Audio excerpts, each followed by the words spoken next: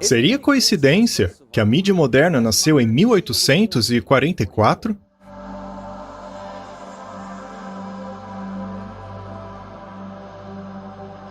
Quase metade dos adolescentes já admitem que estão constantemente em seus dispositivos. Você agora tem 2,7 mais chances de se deprimir se usar bastante mídias sociais.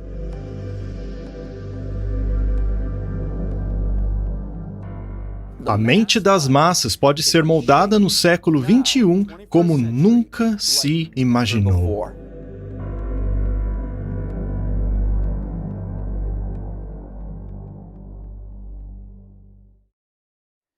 Bem-vindos à sessão número 5, a última sessão da série Mente na Mídia. Ela se chama O Povo do Livro na Era do Aplicativo. Não há nada mais apropriado para energizar a mente e fortalecer o intelecto do que a Palavra de Deus.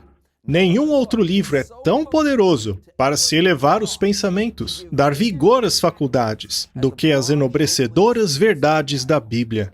Se a Palavra de Deus fosse estudada da maneira como deveria, a mente do homem seria vasta, seu caráter seria nobre e seus propósitos bem firmados, da maneira que raramente se vê no mundo hoje.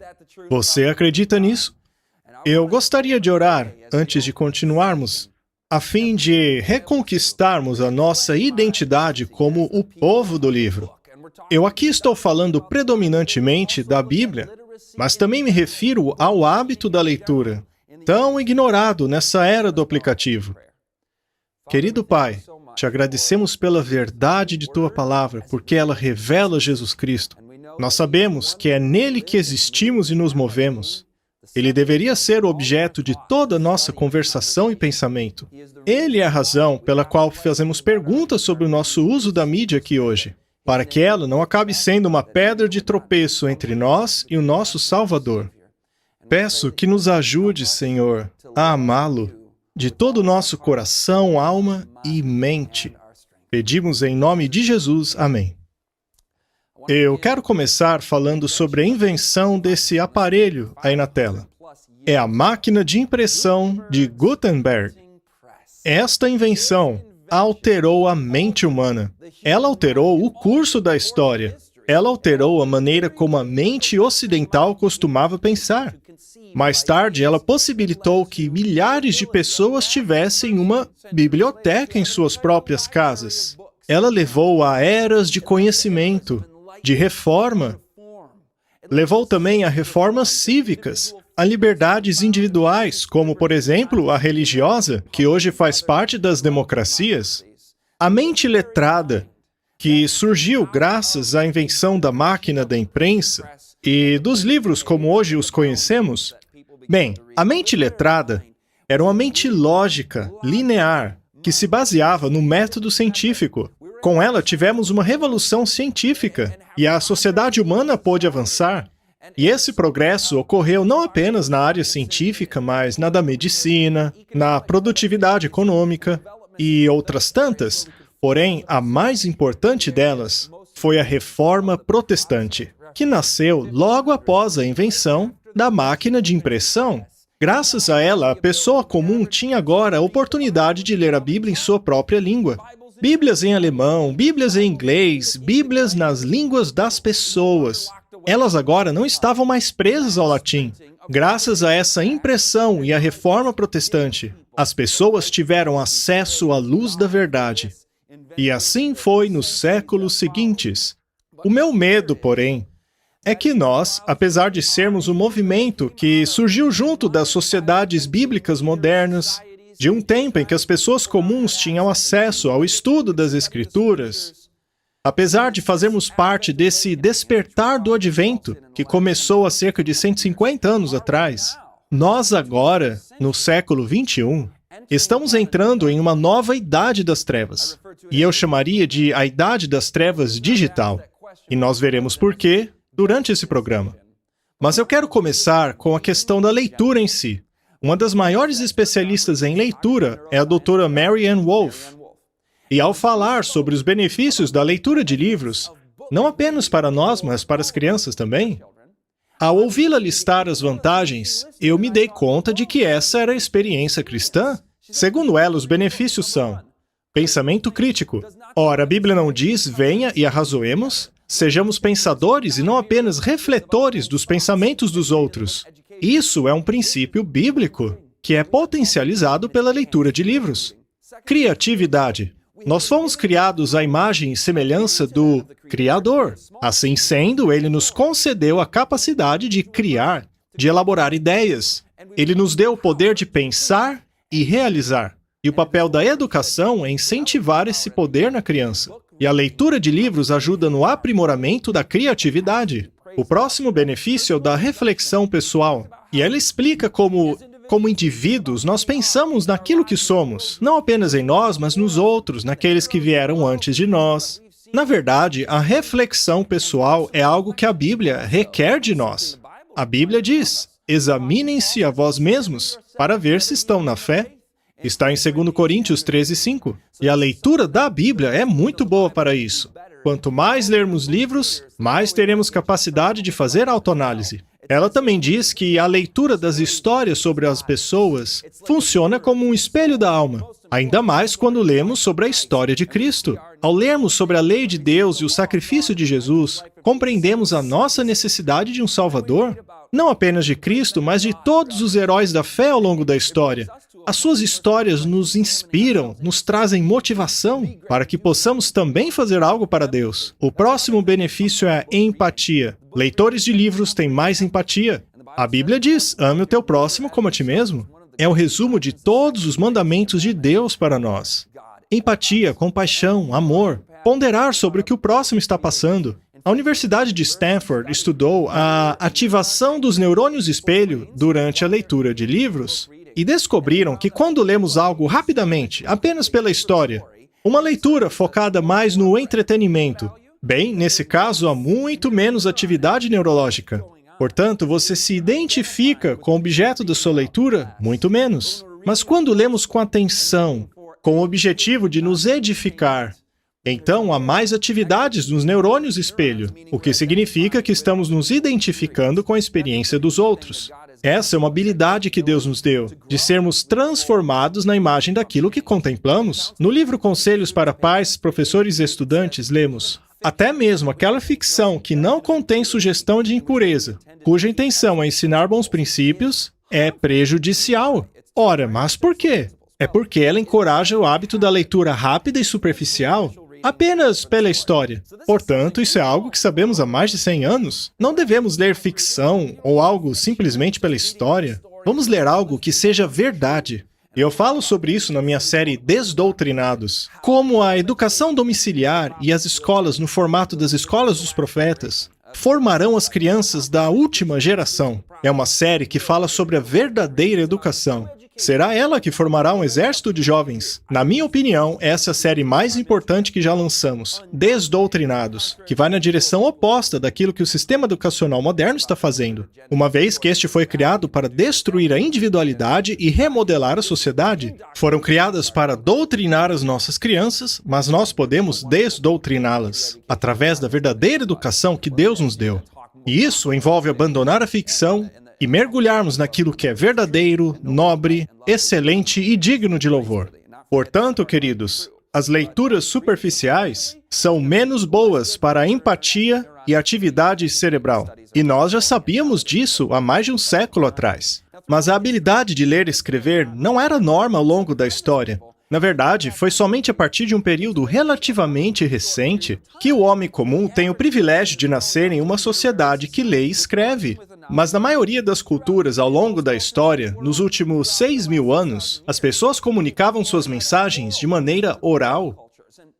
Veja, não há nada de errado com isso. Na verdade, há até alguns benefícios, como a memória. Aquelas pessoas tinham memórias incríveis. Na verdade, ao pensar sobre o conceito de leitura, não fomos necessariamente projetados para isso. Afinal, as pessoas não nascem com um gene da leitura. Exames de ressonância magnética revelam que não existe um circuito da leitura em nosso cérebro. Porém, podemos ler porque nosso cérebro é esperto. Ele é capaz de aprender muitas coisas. Para se ter uma ideia, há mais conexões em 1 centímetro cúbico de nosso cérebro do que estrelas na galáxia. Deus nos fez de maneira maravilhosa. Ele previu o incrível dom de sua palavra. e da necessidade que teríamos de lê-la, e em sua providência, ele nos projetou capazes de fazer isso. Apesar de que Adão e Eva, no início, não saíram escrevendo livros por aí. Não havia alfabetização naquela época, pois a verdade ainda estava muito fresca em suas mentes. Mas hoje estamos a séculos de distância da criação. Portanto, Deus nos deu a capacidade de utilizar o dom da linguagem em nossa mente, e a capacidade da linguagem, sim, esta é inerente ao nosso cérebro. Nossos nervos e musculaturas são projetados para articularmos sons. E então, ao combinar todas essas características, que sim, são parte de nossa genética, acabamos desenvolvendo uma espécie de circuito de leitura. Isso é uma habilidade maravilhosa que Deus nos deu. Mas a leitura requer o uso e o desenvolvimento dos 2 hemisférios do nosso cérebro. 4 lóbulos por hemisfério e 5 camadas do cérebro. Basta alguns milissegundos para começarmos a ler um texto. Como eu disse, não há um gene específico para isso, mas o cérebro todo precisa ser utilizado para essa tarefa. Muito bem. Mas ao falarmos de amar a Deus com toda a nossa mente, se trata de apenas um aspecto que muitas vezes é negligenciado.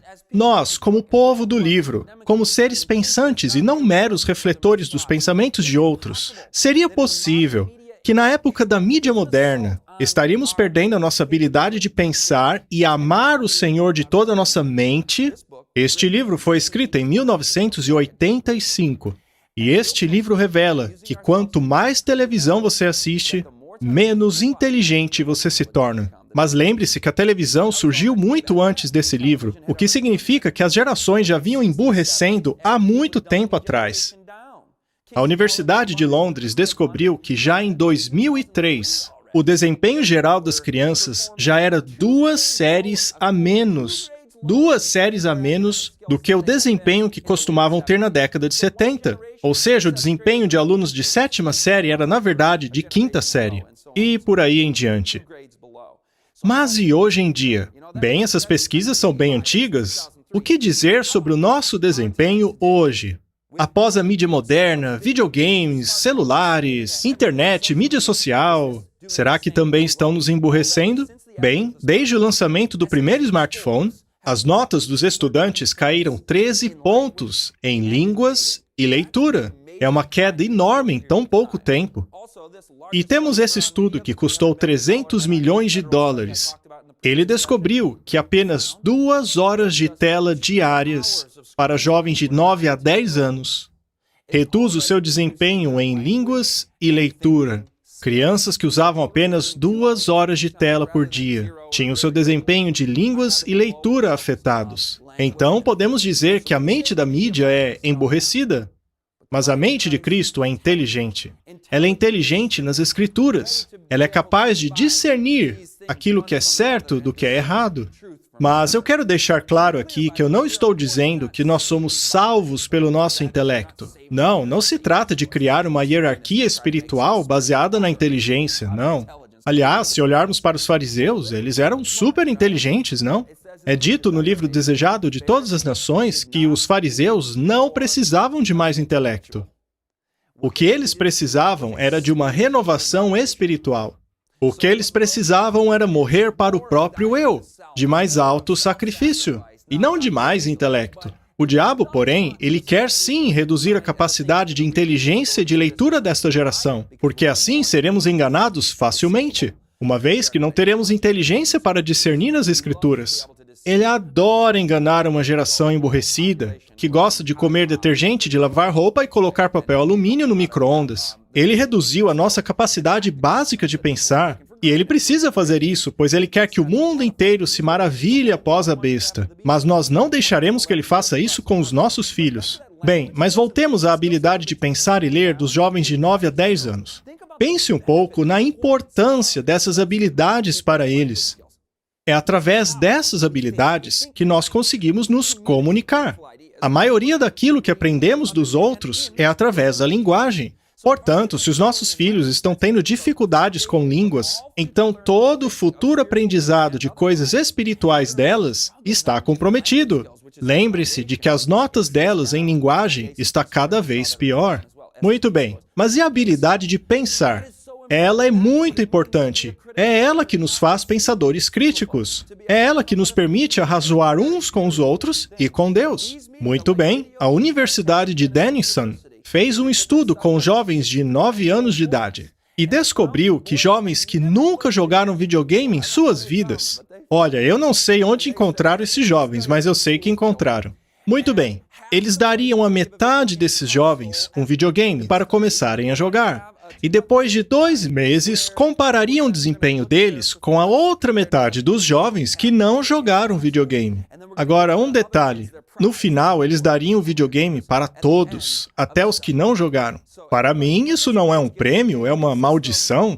Mas, enfim, ao final da pesquisa, eles concluíram o seguinte: aqueles que jogaram videogame tiveram notas consideravelmente menores em leitura, escrita, mais problemas de aprendizado e passaram muito menos tempo fazendo lição de casa. Isso me lembra daquele estudo com adolescentes, no qual poderiam checar sua mídia social por uma vez durante o estudo. Eles estudavam, e então eram permitidos que dessem apenas uma olhadinha no Snapchat. Bem, eles descobriram que uma olhadinha na mídia social durante 1 hora de estudo é suficiente para reduzir as notas. Portanto, não é surpresa que essas mídias sociais estejam comprometendo a inteligência dos estudantes. Mas a verdade é que a maioria deles não dava só uma olhadinha. Apenas uns poucos diligentes conseguiam dar uma olhada apenas. A maioria gasta 1/3 dessa hora de estudo olhando mídias sociais. Ou seja, os estudantes não estão realmente estudando quando deveriam, estão mais na mídia social. Falemos agora sobre a tecnologia educacional. Tudo bem, mídia social e videogame prejudica a hora de estudo, mas e quanto a computadores na sala de aula? E quanto às gamificações que ajudam os estudantes a desenvolverem suas habilidades? Muito bem, está havendo uma bifurcação sobre esse assunto hoje em dia. Há escolas que defendem a não tecnologia, até mesmo em casa, enquanto que outras escolas estão se parecendo até mesmo com fliperamas. Elas estão super tecnológicas. Mas, por outro lado, tem as outras escolas que estão dizendo, olha, vamos voltar às raízes, aos velhos métodos de aprendizado, como leitura de livros. O Dr. Kardaras escreveu esse artigo contra o uso de telas nas escolas. A psicóloga e autora do livro Erro de Conexão: Como os computadores afetam as mentes de nossas crianças, passou anos pesquisando o uso dos computadores nas escolas. E apesar de, no início, pensar que o uso de computadores na escola era benéfico, hoje ela acha que esse tempo no computador parece interferir no desenvolvimento de tudo na mente da criança, desde o desenvolvimento de habilidades motoras até a distinção entre a realidade e a fantasia. Isso é importante para nós porque queremos que os nossos filhos se firmem na verdade e não na fantasia de videogames e desenhos animados. Ela também menciona na pesquisa o problema com as habilidades motoras das crianças. Os computadores estão bagunçando com todo o desenvolvimento das mentes delas. Um outro estudo feito em 150 mil estudantes em 2011, no estado da Carolina do Norte, queria saber se o uso do computador durante a lição de casa melhorava ou piorava o desempenho dos estudantes. E foi concluído que ele piora. Também foi concluída a mesma coisa na Romênia. Lá, o governo financiou um programa de laptop para os jovens. Porém, ao final, descobriram que ele piorava o desempenho delas. Este artigo defende por que crianças não deveriam usar notebooks na sala de aula. Em uma dada escola, havia o mesmo professor lecionando diferentes sessões para o mesmo curso. Em uma dessas sessões, os estudantes não poderiam usar qualquer tipo de telas. Já na outra sessão, eles poderiam usar tablets. E na outra sessão, eles poderiam usar notebooks, da maneira que quisessem. Porém, a turma do tablet poderia usá-lo apenas para estudar a matéria. Essa turma estava restrita a isso. Bem, sem surpresa nenhuma, os estudantes que usaram os computadores, e 80% usaram, foram mal nos exames. Mas o que mais chamou a atenção é que os estudantes mais inteligentes foram os mais prejudicados. Bem, mas e os que usaram o tablet? Eles foram tão mal quanto os dos computadores, ainda que não utilizassem para jogar jogos e ver e-mails. A conclusão foi de que as telas afetam o aprendizado. Outro estudo diz que o uso de computadores nas salas prejudica o desempenho.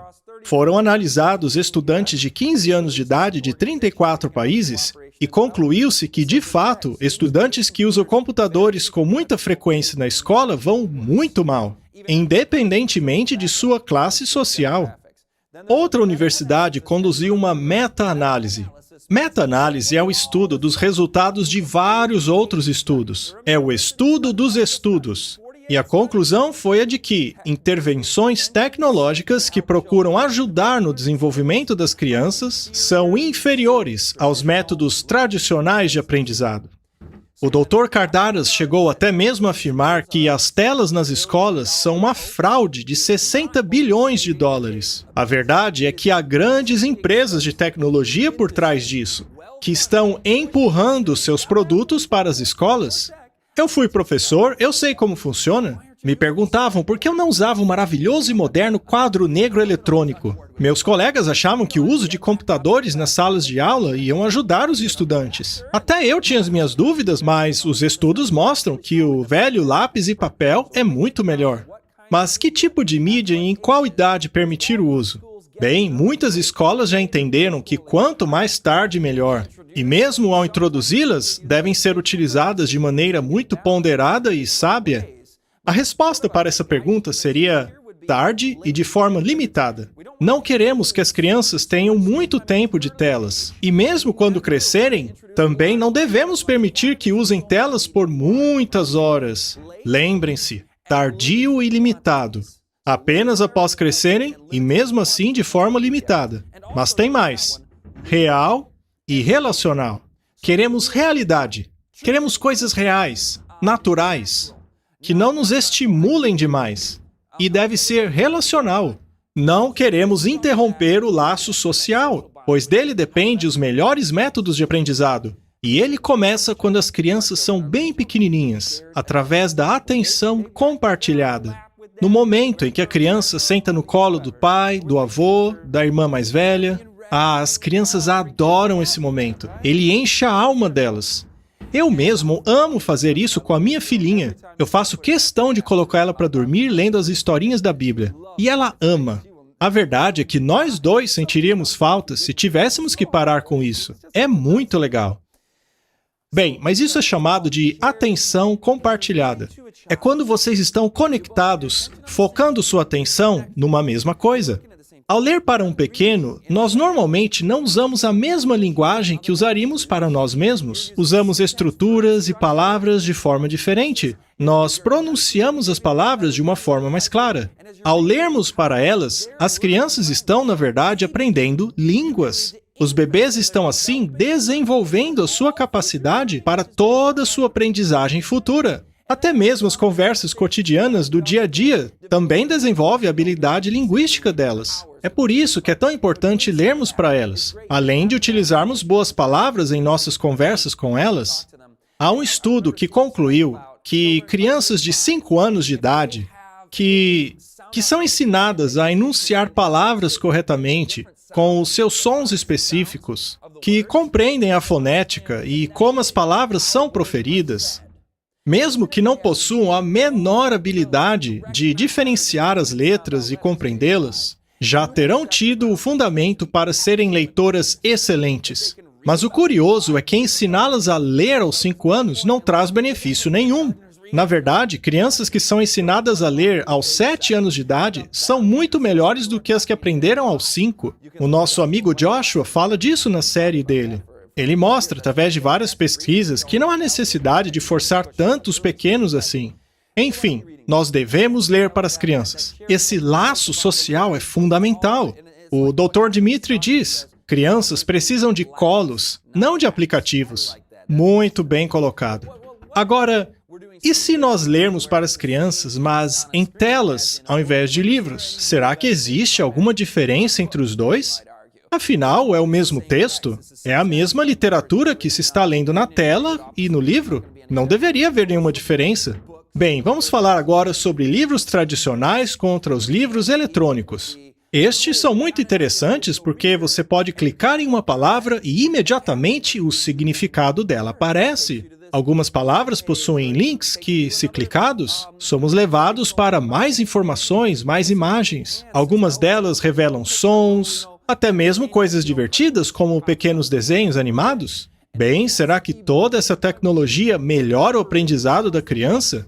A doutora Wolff cita uma série de estudos extremamente importantes que falam sobre os efeitos da tecnologia em crianças. Neles, os pesquisadores compararam os efeitos dos livros impressos e os livros eletrônicos para ver o quanto contribuíam para o aprendizado. A conclusão foi de que os livros eletrônicos distraíam as crianças da narrativa da história. Ou seja, muitas distrações e blim-blims não contribuem para fortalecer a habilidade de leitura da criança.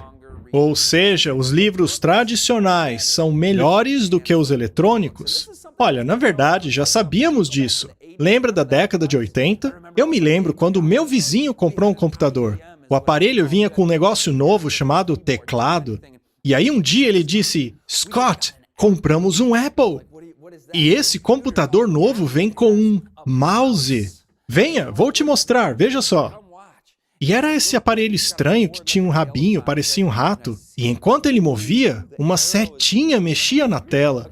Mas enfim, naquela época, já se estudava a habilidade de leitura de pessoas que liam textos que possuíam links para você clicar neles. E já naquela época descobriram que os links distraem as pessoas da leitura. E essas distrações não permitiam que as pessoas lessem de maneira fluida aquele texto, pois ao clicar nesses links aparecia uma outra coisa para elas focarem, o que diminuía a sua capacidade de foco. Portanto, os links não ajudam na leitura. Um outro estudo foi realizado no qual se apresentavam às pessoas duas teorias diferentes. As pessoas deveriam ler toda a primeira e então toda a segunda. Depois disso, eles chamavam um outro grupo de pessoas. Essas, no entanto, poderiam ler as duas teorias ao mesmo tempo. Então, ao invés de ler uma e depois a outra, elas podiam ler as duas e compará-las. Bem, acontece que as que leram separadamente foram melhores nos testes de compreensão, enquanto que o grupo que podia comparar as duas não foi muito bem. Bem, mas e um livro eletrônico que não tenha um monte de distração? E no caso de telas que possuam apenas o texto, será que mesmo assim os livros tradicionais são melhores? Bem, uma universidade quis descobrir e compararam a leitura de texto simples de uma tela com a de um livro. Lembre, sem distração nenhuma. E a conclusão foi que as pessoas têm uma melhor compreensão ao lerem do livro tradicional do que de uma tela.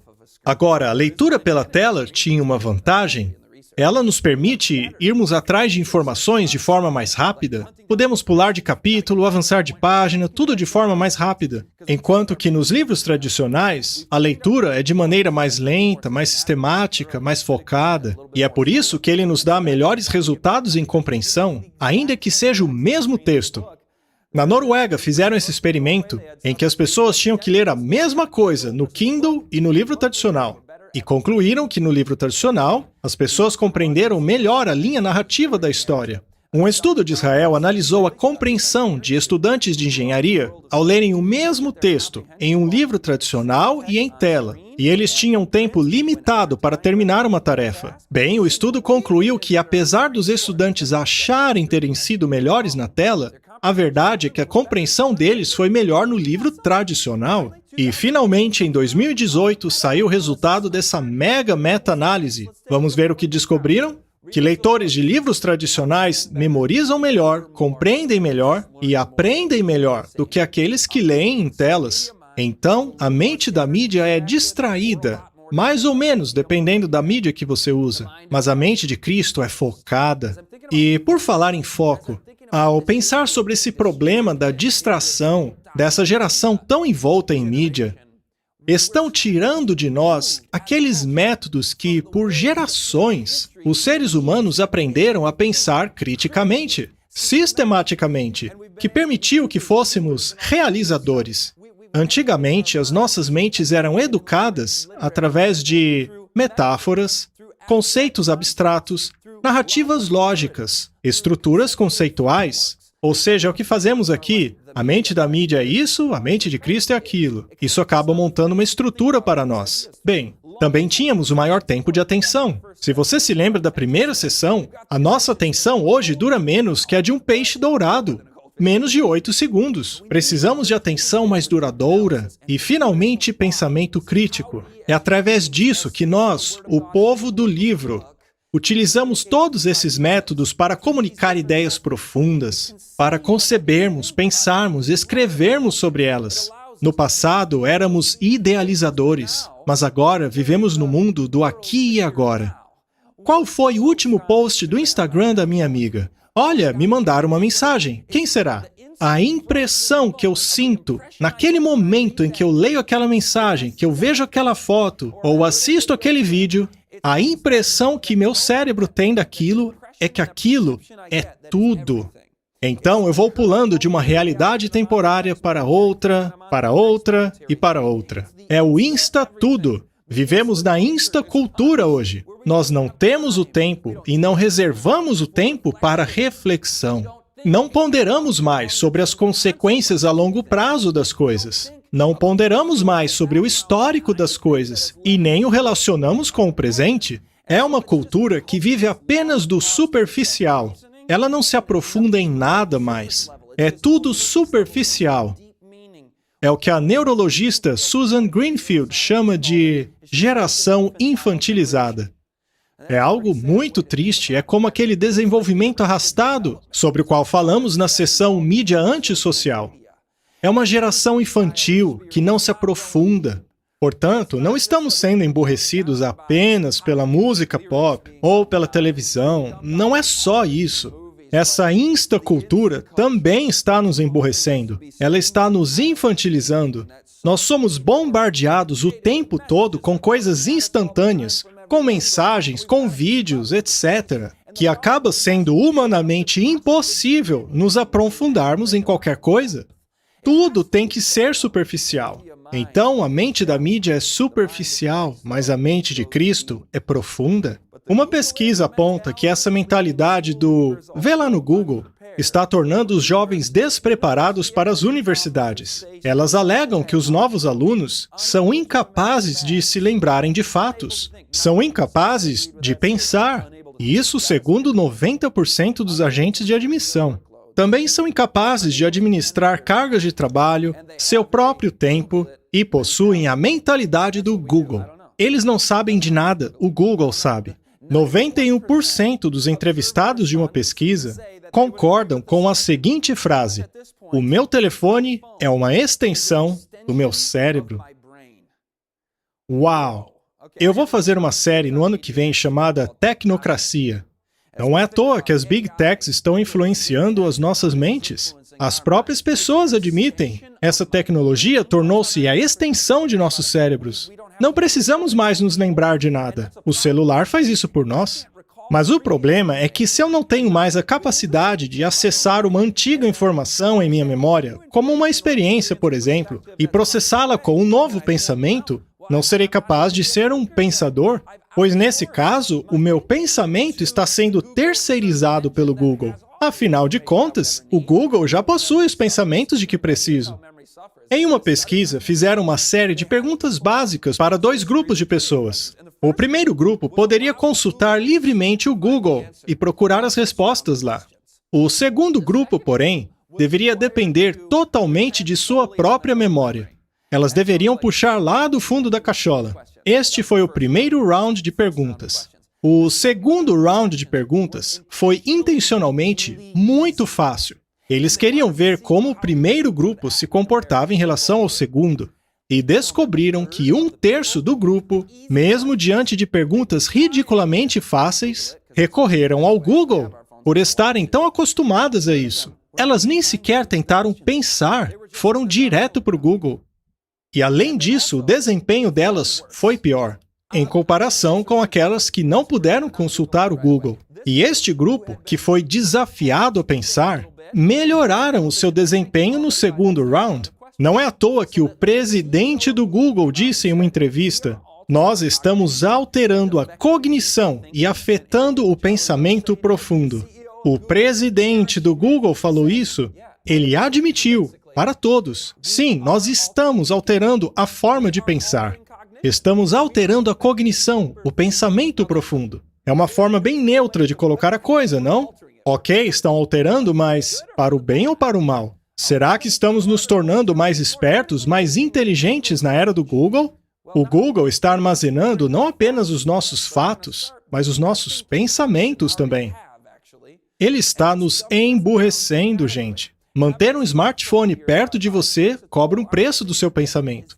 Nessa pesquisa, fizeram uma série de perguntas cognitivas a um grupo, mas eles não eram permitidos a pesquisarem no Google. O celular deveria ficar na mesa, virado para baixo. Responda as perguntas, sem tocar nele. Já o segundo grupo deveria manter o celular dentro de seus bolsos e responder as mesmas perguntas. Já o terceiro grupo deveria manter o celular em outra sala, enquanto respondiam as mesmas perguntas. Bem, alguém pode pensar, não há diferença alguma, afinal ninguém usou o celular. Ele ficou no bolso ou em cima da mesa, não é? Porém, houve diferença. O grupo que deixou o celular na mesa foi o pior. O grupo que manteve o celular dentro do bolso também não foi lá essas coisas, mas ainda assim foi melhor do que o primeiro.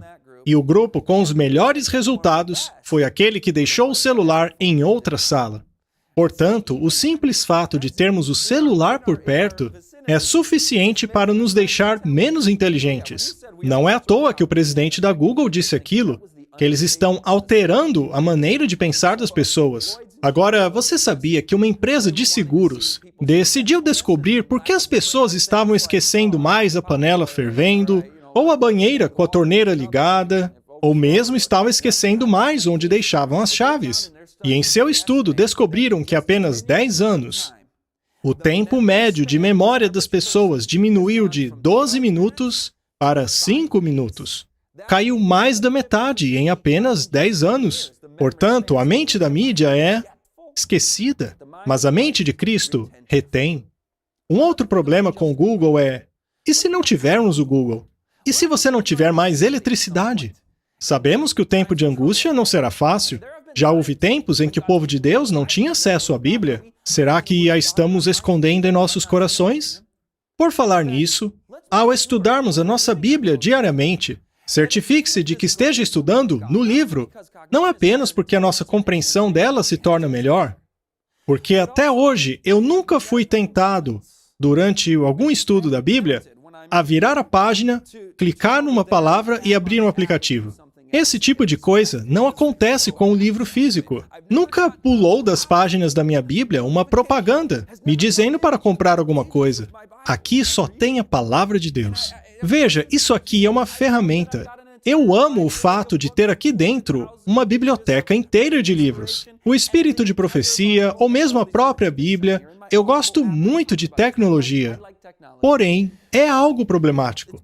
Sempre que eu estou estudando a Bíblia em meu celular, eu fico distraído com outras coisas. Ainda que eu coloque no modo avião, eu serei tentado a abrir algum aplicativo ou coisa parecida.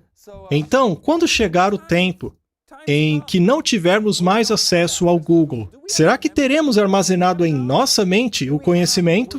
A palavra de Deus em nosso coração? O que vai acontecer se permitirmos que o nosso cérebro seja literalmente transferido para o banco de dados de uma grande corporação? E diga-se de passagem, eu não confio no Google. Eu vou falar mais sobre isso em minha próxima série, Tecnocracia. Mas outro problema de procurar tudo no Google é em relação às nossas relações sociais. Por exemplo, muitas vezes estamos tendo conversas e estamos evitando nos aprofundar nos assuntos, pois a nossa memória não é mais a mesma. Procuramos tudo no Google. Então, as nossas conversas tendem a ser superficiais também.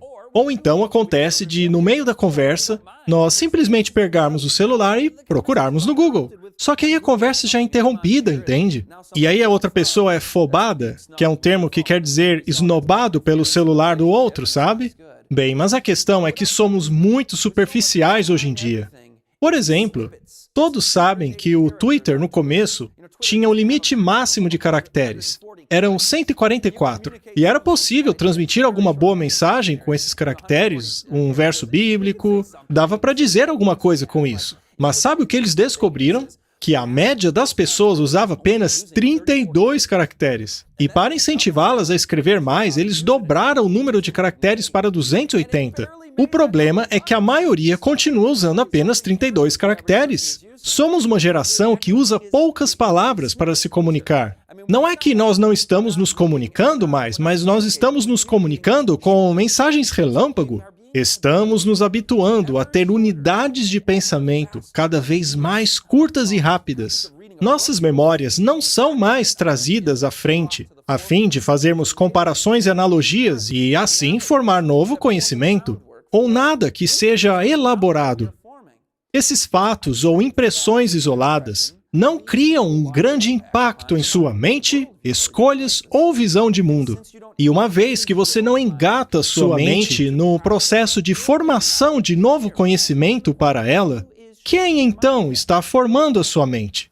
A atenção diminuída, combinada com o hábito de consultar ao invés de pensar, incapacitou a nossa vontade de nos esforçar para aprender coisas por nós mesmos. Esse relacionamento passivo com o conhecimento diminui a sua capacidade de armazená-lo, assim como a sua capacidade de fazer conexões significativas. E isso nos torna presas fáceis do engano.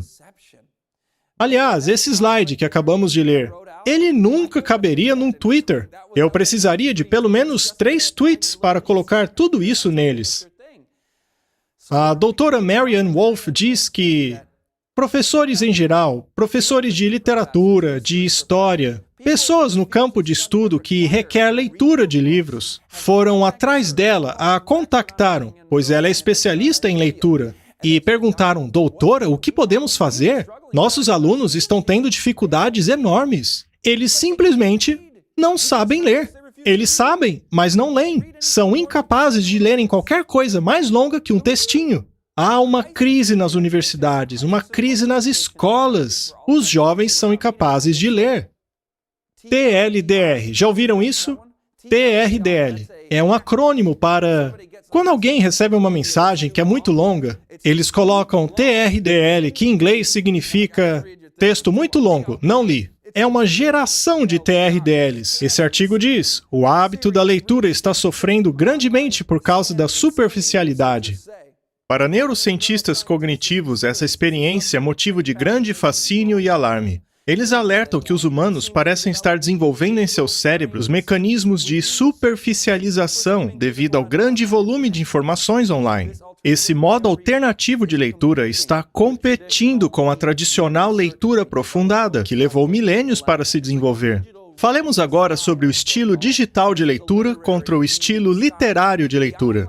O estilo digital é aquele em que seus olhos pulam para todos os lados da tela. Nela, não há uma análise linear, lógica, sistemática, crítica, como acontece quando lemos um livro tradicional. Ao invés disso, na leitura digital, nossa atenção é dividida em vários pequenos elementos curtos, isolados, um sentimento ali, uma impressão aqui, uma confusão. E mesmo quando tentamos ler profundamente um artigo online, a leitura é feita em forma de F. O que seria isso? Quer dizer que começamos lendo a primeira linha, e então um pouco da segunda, e sem paciência descemos direto ao fim.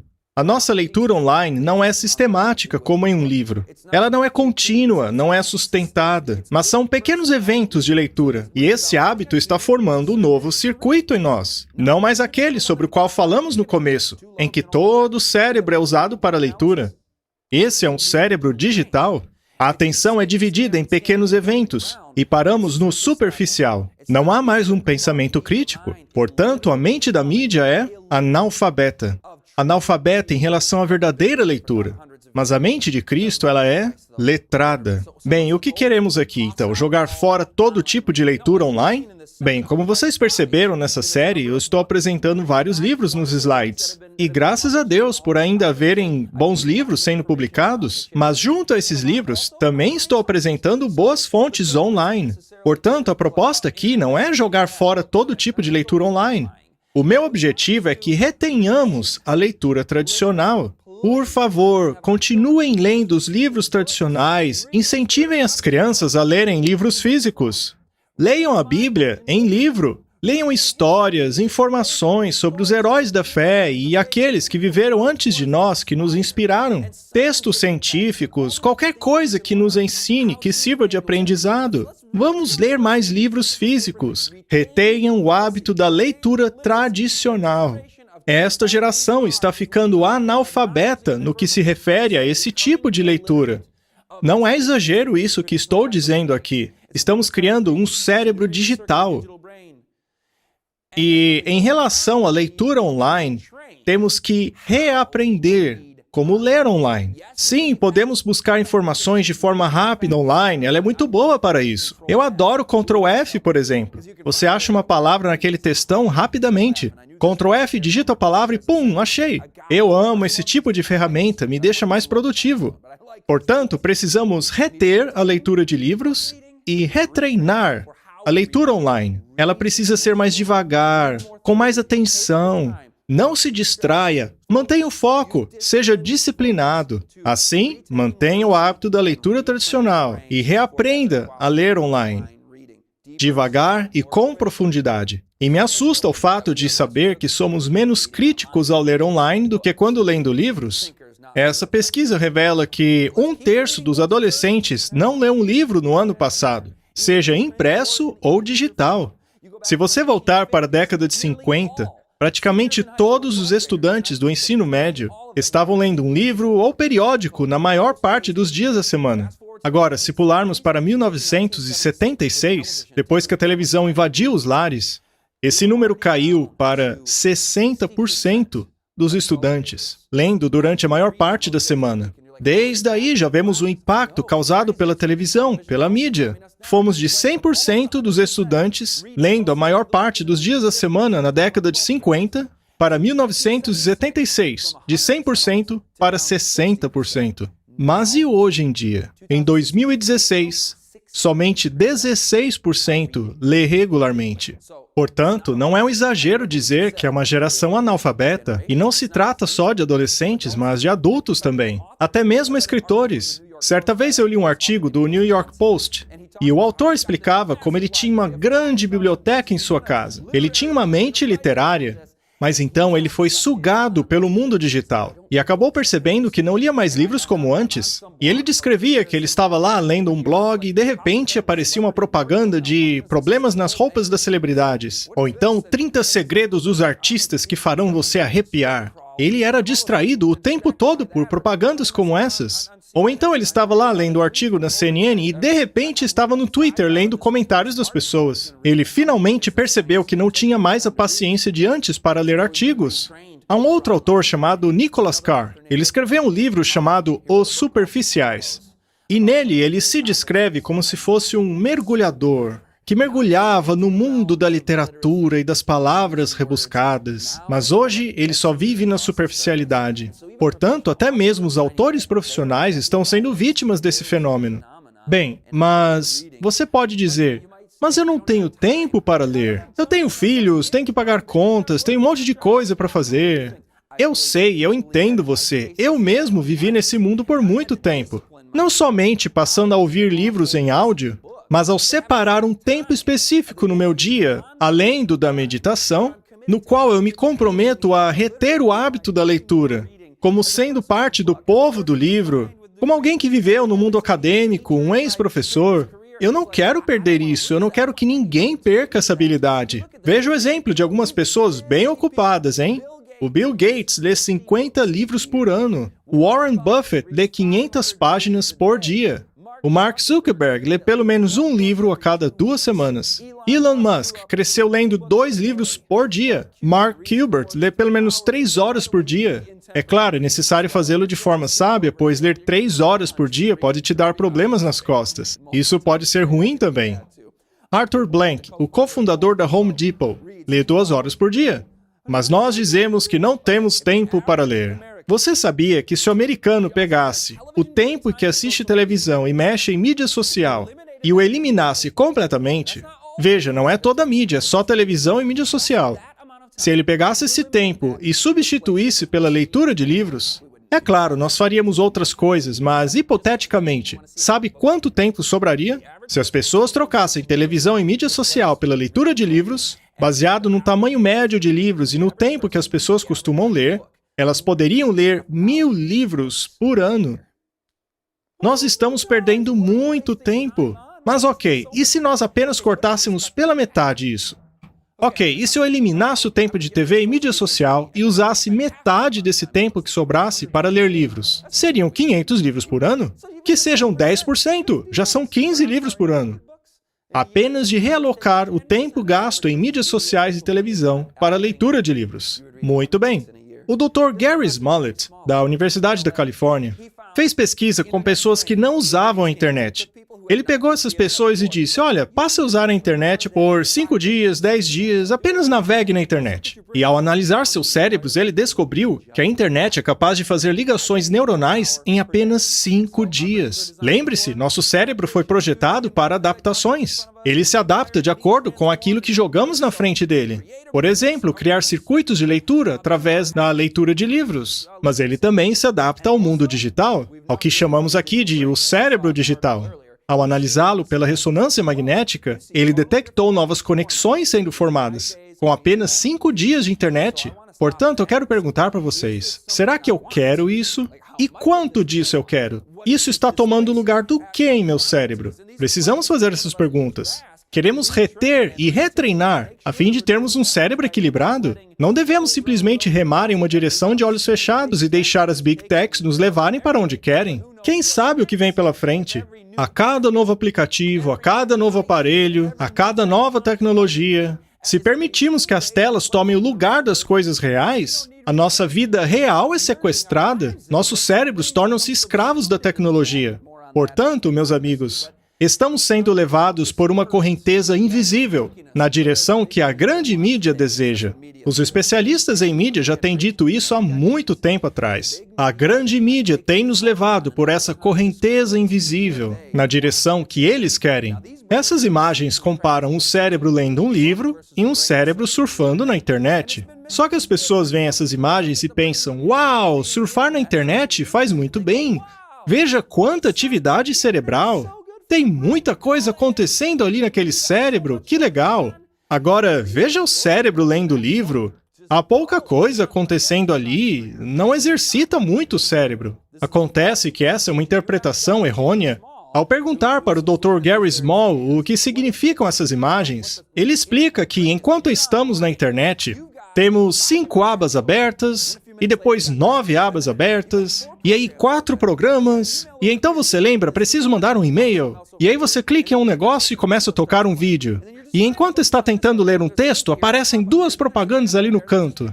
O ato de estar online é um ato de distração multidimensional. É uma máquina de resposta a estímulos, seja visual, auditivo, tudo isso exigindo dos nossos sentidos, o que superestimula o nosso cérebro. E é por isso que há tanta atividade nesse cérebro. Essa é a imagem de um cérebro estressado, de um cérebro distraído, de um cérebro que tem que avaliar tantas coisas ao mesmo tempo. Por exemplo, será que esse link presta? Será que esse vídeo vai ser bom? Será que eu preciso desse produto? O seu cérebro está sendo constantemente requisitado a tomar uma série de decisões, ainda que sejam decisões rápidas e curtas. Ainda assim, se trata de um grande estresse no cérebro. O que a doutora Wolf diz é que, quando as crianças estão online, elas tendem a ser multitarefa em 90% do tempo. Mas quando estão lendo um livro, elas são multitarefa apenas 1% do tempo. Pois não há muita coisa para se fazer aqui, você tem que deixar o livro e ir para outro lugar. O livro demanda foco. O exercício da multitarefa em telas causa um esgotamento neurológico. Há um grande esgotamento do cérebro quando ele é requisitado a realizar tantas pequenas e rápidas tarefas, por causa da análise que ele tem que fazer de todas elas. Porém, a leitura calma de um livro energiza o cérebro. Segundo este artigo, usar menos o seu celular pode fazer com que você viva mais. Isso porque os níveis de cortisol de seu cérebro são elevados quando o seu celular está por perto. Quando o escuta, ou mesmo acha que o escuta, diz David Greenfield, professor de clínica psiquiátrica da Universidade de Connecticut e fundador do Centro de Vício de Internet e Tecnologia. É uma resposta estressante e não é prazerosa ao corpo. Ela nos causa a resposta natural de querer checar o aparelho para nos livrar desse estresse. E ao checar o seu celular, existe a chance de você se deparar com algo ainda mais estressante, o que leva a outro pico de cortisol, que vai levar você a checar o celular de novo para se ver livre da ansiedade. Esse círculo vicioso levará a altos níveis de cortisol crônicos. E sabemos que altos níveis de cortisol estão ligados ao aumento de doenças sérias, como depressão, obesidade, síndrome metabólica, diabetes tipo 2, problemas com fertilidade, pressão alta, ataques cardíacos, demência e AVC. Toda doença crônica que conhecemos é exacerbada pelo estresse. Segundo o Dr. Robert Lustig, professor emérito em endocrinologia pediátrica da Universidade da Califórnia e autor do livro O Hackeamento da Mente Americana. Segundo ele, os nossos celulares contribuem grandemente para isso. Mas a boa notícia é que a leitura de livros podem reduzir em até 17% a nossa chance de morrer durante um período de 12 anos, pois ela nos acalma. Por outro lado, tanta atividade online, como notificações, mensagens, vídeos, nos estressa e prejudica a nossa saúde. A mente da mídia é destituída de força vital, mas a mente de Cristo é energizada. Uma criança disse à Dra. Wolf: "Os livros me acalmam, eles me fazem pensar, mas a internet me acelera. Devemos passar 1 hora contemplando a vida de Cristo." Comparado com o uso da mídia, a leitura de livros acalma nossa mente. Ela não estimula em excesso. Por isso que é bom para todos nós termos 1 hora de reflexão. 1 hora de leitura de livro calma, de qualidade, na qual nosso cérebro não esteja fervilhando de coisinhas para se distrair. Então, os nossos pensamentos penetrarão profundamente em nossas almas. A nossa natureza espiritual será desenvolvida com isso. O fato de trabalharmos o nosso lóbulo frontal traz benefícios tremendos para nós. Descobriu-se que níveis altos de cortisol danificam o lóbulo frontal. E um lóbulo frontal danificado diminui o autocontrole, que é um fruto do espírito.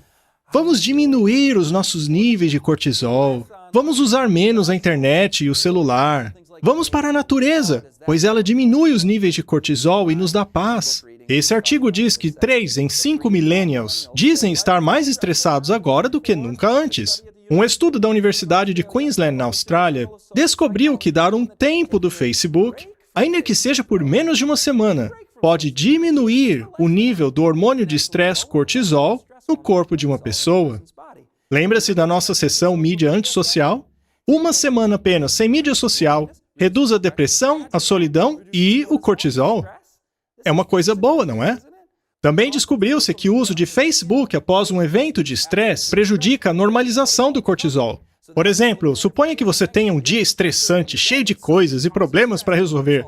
O seu cortisol sobe, porém, normalmente, esses níveis vão diminuir com o tempo. Mas se você acessa a mídia social durante esse período de recuperação, os níveis de cortisol permanecem lá em cima. Isso não é bom. A mente da mídia é estressada. Mas a mente de Cristo tem paz. O que vou mostrar a seguir sobre multitarefa tem a ver com a sessão 6 de minha outra série. Não esqueça, acesse terceiroanjo.com para ter acesso às outras séries. Mas naquela palestra, eu falei sobre estudos que revelam que a nossa inteligência para o trabalho enquanto estamos multitarefa cai significativamente. O que eles descobriram com aqueles estudos é que quando as pessoas estão distraídas com multitarefas, e ao mesmo tempo tentam usar sua inteligência para alguma tarefa cognitiva, a queda que sofrerão temporariamente na inteligência é equivalente a que se tivessem perdido 1 noite inteira de sono, ou como se tivessem sido drogadas por maconha. Portanto, a multitarefa afeta grandemente a nossa inteligência. O problema é que no passado, pensava-se que esse dano era temporário. Eu falei sobre isso em um outro episódio. O problema é que novas pesquisas sugerem que não é temporário. Pesquisadores da Universidade de Sussex, no Reino Unido, compararam o tempo que elas passavam em múltiplos dispositivos com fotos de ressonância magnética de seus cérebros. Bem, para surpresa deles, eles descobriram que aqueles que realizavam muitas multitarefas possuíam uma menor densidade cerebral no córtex supracaloso anterior, uma região que é responsável pela empatia, cognição e controle emocional. Essa região afetada é uma parte muito importante do lóbulo frontal. Se você faz muita multitarefa, você acaba tendo menos densidade naquela região. E veja, não precisamos de vários dispositivos para fazer multitarefa. Hoje em dia, já basta um. Constatou-se que estudantes que trabalham em seus notebooks mudam aquilo que estão fazendo a cada 19 segundos. Não conseguem trabalhar na mesma tarefa muito tempo. O livro Distraídos, de Meg Jackson, descreve como trabalhadores em ambientes de grande tecnologia ficam apenas 11 minutos em um projeto antes de pularem para outro. E quando estão trabalhando nesse projeto, mudam de tarefa a cada 3 minutos. Levam 25 minutos de foco para entrar na zona de produtividade máxima, mas respondem seus e-mails apenas 6 segundos após chegarem na caixa de entrada. É pá, pá, pá, pá, pá. É tudo muito rápido, nós mal pensamos nas tarefas, apenas reagimos a elas. Mas o que será que acontece se tirarmos o e-mail dos trabalhadores de escritório? Será que produziriam menos? Afinal, e-mail é algo produtivo, eu uso muito. Um estudo retirou o e-mail dos trabalhadores. Eles teriam que ligar para as pessoas, seja qual fosse a área. Isso foi assim por uma semana. A primeira coisa que notaram é que a saúde deles melhorou. Eles não estavam mais nesse estado de alerta contínuo que normalmente estavam. E também saíam do escritório 3 vezes mais do que normalmente faziam quando com os e-mails. Não é incrível? Ei, vamos caminhar enquanto conversamos sobre esse projeto? A verdade é que eles se tornaram mais produtivos. A média gasta 25% do seu tempo respondendo e-mails. Não é incrível, então, que eles se tornaram mais produtivos tendo que ligar e sair do escritório para discutir os projetos? Aqueles na casa dos 20 anos alternam de mídia cerca de 20 vezes por hora e checam seus celulares cerca de 170 vezes por dia. 38% dos estudantes de faculdade não conseguem ficar 10 minutos sem checar e-mail, tablet e celular. Veja o que o Espírito de Profecia escreveu há 150 anos atrás. Não pare para ler qualquer coisa que chame a sua atenção, mas diga a si mesmo: não, eu tenho tanto tempo para concluir essa tarefa e eu vou concluí-la. Lembre-se que naquela época ainda eram papéis e livros, mas isso aqui rouba nossa atenção muito mais. Não é irônico que eles chamam de notificação? Eu acho interessante os eufemismos usados pelas Big Techs. São termos tão chiques, não é mesmo? Mas eu os chamaria de interrupções, arruinações de sua produtividade e vida social. Suas notificações interrompem o meu pensamento, os meus momentos espirituais. Elas me impedem de ouvir a voz de Deus falando aos meus ouvidos, dizendo: esse é o caminho, vá por ele. Mas essa voz aqui, chamada de Siri, só me manda seguir o meu GPS. Portanto, antigamente, as interrupções eram livros e papéis. Hoje, porém, a coisa está mais séria e precisamos tomar mais cuidado. Uma boa dica é, quando você pegar o seu celular, tenha certeza de que vai direto para aquilo que precisa fazer. Tenha disciplina suficiente para não permitir que outros aplicativos roubem a sua atenção. Normalmente, pegamos o celular para resolver uma coisinha e leva um tempão.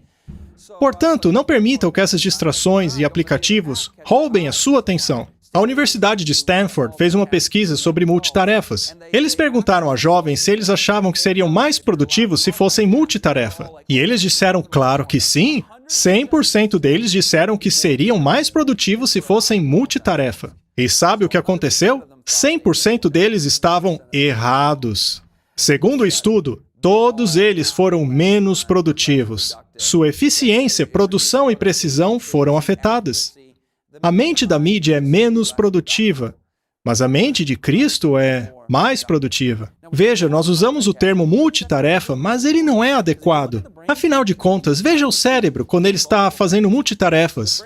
Ele simplesmente é incapaz de focar atenção em várias tarefas ao mesmo tempo. Você pode fazer coisinhas rápidas aqui e ali, como andar e chupar uma bala, mas é impossível focar em 2 coisas ao mesmo tempo. Uma vai ter que perder atenção em detrimento da outra. O que realmente acontece no cérebro é que ele oscila a atenção. Portanto, o termo adequado é alternação de tarefas. É uma coisa ou outra. O seu cérebro tem que oscilar a atenção de uma coisa para outra. E esse processo de alternação prejudica a produtividade. É por isso que o multitasking não é produtivo. Voltemos ao estudo da Stanford.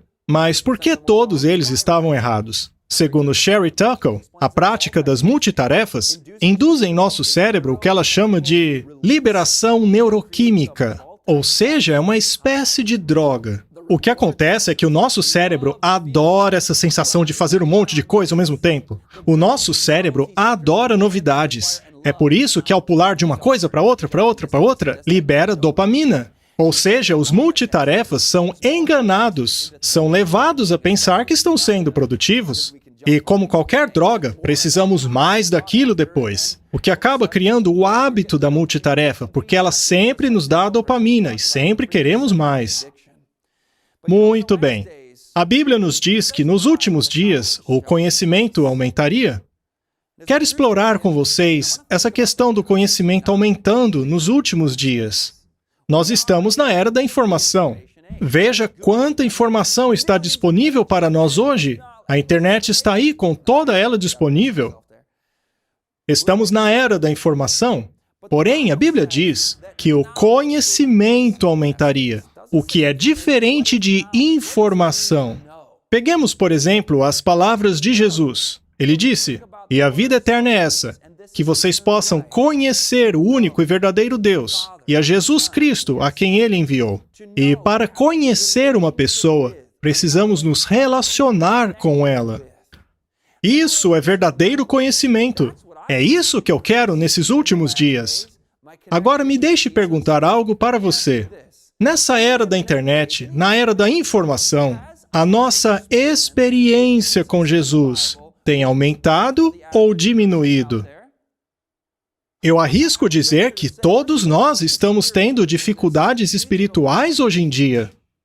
Portanto, se as pessoas hoje em dia não estão aumentando seu conhecimento em relação a Jesus Cristo e às profecias da Bíblia, e aquele texto, na verdade, se refere a conhecimento das profecias, dizendo que seriam conhecidas no tempo do fim, e esse conhecimento, sim, está aumentando hoje. Só que ele aumenta para um grupo específico. Um grupo que deseja conhecer Jesus em sua palavra. Um grupo que vai a Ele para ter vida. E Deus queira que seja você, que seja eu, que sejamos nós e nossos filhos. A Bíblia chama esse grupo de o remanescente. É um grupo que, nos tempos finais, terá um conhecimento especial desse livro, que o compreenderá de uma maneira como não foi compreendida no passado. A verdade presente virá à tona e o conhecimento aumentará para aqueles que amam a verdade. Para o restante das pessoas, porém, será como se estivessem em uma nova idade das trevas. Elas não têm o conhecimento verdadeiro da palavra de Deus, mas o curioso é que elas estão saturadas, inundadas de informação. Porque informação não é conhecimento. Como dizia um famoso poeta, onde está o conhecimento que perdemos em meio à informação? Onde está a sabedoria que perdemos em meio ao conhecimento? Isso é muito profundo. Pense nisso, pondere sobre isso. Onde está o conhecimento que perdemos em meio à informação? Temos tantos dados, tanta informação à nossa disposição, mas o verdadeiro conhecimento, nos circuitos de nosso próprio cérebro, das coisas espirituais num sentido relacional, na obrigação moral que o conhecimento nos impõe de levá-lo às pessoas que precisam do conhecimento da verdade. Essa geração está perdida. Conhecimento perdido em meio a tanta informação. Vivemos na idade das trevas do verdadeiro conhecimento. Meg Jackson diz que a verdadeira ameaça para o progresso não é a ignorância, mas a ilusão do conhecimento. Ou seja, nós pensamos que estamos cheios de conhecimento, mas é uma ilusão. A Bíblia diz que nos achamos ricos, cheios de bens, que não nos falta nada. O problema é que não sabemos que somos miseráveis, pobres, cegos e nus. Não sabemos, desconhecemos a nossa própria condição. Ao estarmos no estado de Laodiceia, eu quero o conhecimento do Salvador, o conhecimento da Bíblia. O Google pode ser usado como uma pequena ferramenta para aprimorar esse conhecimento, mas a fonte desse conhecimento é a palavra de Deus. Dá-me a Bíblia. Que mensagem iluminada! Que a tua luz possa me guiar em meio às trevas. Promessas, preceitos, lei e amor combinados, até que a noite acabe. Queridos, vivemos agora essa noite escura. Temos tanta informação hoje e achamos que sabemos, mas Jesus diz que não sabemos. Vocês sabiam que informação é algo que o computador faz melhor do que nós? Computadores hoje são capazes de ganhar de nós em vários jogos. Por exemplo, nesses jogos de perguntas da televisão, os computadores dão um banho nos seres humanos quando se trata de informação. Mas e quanto ao conhecimento? Ao conhecimento espiritual? Me refiro a um conhecimento muito mais profundo do que o Google pode acessar. Um conhecimento que está muito além das pequenas distrações da nossa cultura insta. Me refiro a um conhecimento que pode transformar, e este seminário desafia você a pensar mais profundamente, que ele seja mais que apenas um monte de informações para você. Queremos ir além da informação, queremos transformação. E sabe o que é necessário para isso? Desligar esse vídeo. Desligue esse vídeo e vá relacionar-se. Reflita, ore. É a única maneira de transformar a informação em transformação, em conhecimento, em sabedoria. Relacionamentos. Vamos investir nisso. Vocês viram aqui como os nossos relacionamentos estão contaminados, prejudicados, danificados. Vamos fazer uma autoanálise e desenvolver estratégias próprias para fazer o melhor uso da mídia. Reflita sobre isso, mas leve o assunto a Deus. Invista em tempos de reflexão. Nós conversamos sobre isso no início da sessão. Falamos da importância de fazer autoanálise e reflexões. Senhor, me mostre o caminho, para que eu possa andar por ele. Esse é o único caminho que nos tirará desse mundo frenético da informação para o conhecimento do nosso Senhor Jesus Cristo. Vivemos em uma idade das trevas digital, e eu creio que vivemos no tempo do fim, pois vimos como a mente literária, a mente que tem conhecimento, está começando a encolher e a entrar em extinção. Vivemos hoje em uma geração que não suporta ler nada além de textos curtos e rápidos. Estamos perdendo a habilidade que, nos últimos 500 anos, nos levou a tanto progresso, luz e reforma.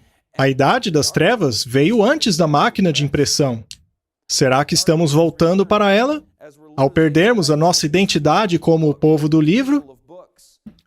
A doutora Jackson diz que a idade das trevas é um colapso cultural que leva ao abismo do esquecimento. Ela acertou na mosca. Esquecimento. Não temos nada a temer, a menos que esqueçamos daqueles que vieram antes de nós. Esqueçamos a história da redenção, a história da reforma, a história do grande conflito entre Cristo e Satanás. Se não trouxermos essas coisas para o nosso presente, para influenciar as escolhas que estamos fazendo agora, para então nos direcionar ao céu, ao perdermos a conexão com o passado, pois hoje em dia não lemos mais, dependemos do Google para tudo. A idade das trevas nos leva ao abismo do esquecimento. Não temos nada a temer, a não ser que esqueçamos daqueles que vieram antes de nós e de como Deus tem nos conduzido ao longo da história. E, infelizmente, a cultura insta não dá valor a essas coisas. Futuro, profecias, assuntos eternos. Não, o que importa é como eu me sinto agora. História? Quem liga para a história? Esse é Felipe Tonasso Mariani. Foi um filósofo futurista. Ele preveu que no século XX, os livros desapareceriam, as bibliotecas seriam irrelevantes, museus seriam derrubados, igrejas fechadas. Segundo ele, na era da informação, ele não usou esse termo, mas naquela época, antes do advento da internet, já havia muita informação pelo mundo através dos periódicos. Mas, segundo aquele filósofo, a única coisa de que precisamos é saber o que as pessoas ao redor do mundo estão fazendo nesse exato momento. Não precisamos conhecer a história. Ele estava correto? Não, não estava. Então temos o advento dos periódicos, no começo do século XIX, em Londres. Havia centenas desses periódicos saindo toda hora das máquinas de impressão, informando o que estava acontecendo naquela hora, naquele momento. Já naquela época, algumas pessoas pensavam: para que vamos querer livros? Os livros não sobreviverão à modernidade. Quando chegarmos nos 1900, livros serão coisa do passado. Esses profetas do Apocalipse, que tentaram prever o fim dos livros, se mostraram errados várias e várias vezes. Isso porque Deus conduziu o desenvolvimento do livro. É o método que Ele escolheu para espalhar a verdade. A literatura que fala do seu amor e da sua verdade não desaparecerá. Em alguns momentos eu vou te mostrar uma citação que prova isso. Mas antes, veja esse aqui, o fonógrafo. Foi inventado por Thomas Edison. E hoje em dia temos os audiolivros. Para que precisamos de livros de papel? Alguns diziam até que as críticas literárias seriam baseadas em como os narradores liam a obra, e não mais sobre o que o autor escreveu. O valor da obra seria baseada no narrador dela. Bem, já passamos pelo rádio, pelo iPod, pelo celular e ainda temos os livros. Então, enquanto estamos nesse período de trevas, por causa da nossa cultura, a todos aqueles que quiserem, o livro permanece à disposição. Ainda retém a sua autoridade como fonte da verdade, dando testemunho daqueles que vieram antes de nós e delineando o futuro que nos espera. E aqui vai a citação que prova que o livro jamais desaparecerá. Vivemos em uma idade das trevas digital. Existe uma crise maciça nas mentes, na vida social, família e saúde de todas as faixas etárias. E isso foi provado aqui nas últimas 6 horas de conteúdo. Vivemos em uma idade das trevas digital. Mas há esperança? Para aqueles que ousarem se libertar de tantas mídias, que ousarem controlá-las colocando-as em seu lugar, usando-as e não sendo usadas por ela. Para aqueles que assim desejarem, está escrito: enquanto houver período de graça, haverá oportunidade para o colportor trabalhar. Nós sabemos que nos últimos dias, a situação será tão difícil que não haverá mais oportunidade para pregar o evangelho ou fazer evangelismo público. Mas um pouco antes do fim do tempo da graça, antes de Jesus voltar, estaremos distribuindo livros. Livros, periódicos, panfletos. A palavra escrita durará até o fim dos tempos. Graças a Deus, podemos ser o povo do livro na era do aplicativo. Você se prontifica a reter a mente literária? Você escolherá não se engajar em tantas atividades, tantas tarefas, a ponto do seu cortisol estar sempre no limite, acabando com seu lóbulo frontal, e assim destruindo a sua família, os seus relacionamentos, etc.? Escolha hoje a quem servirá.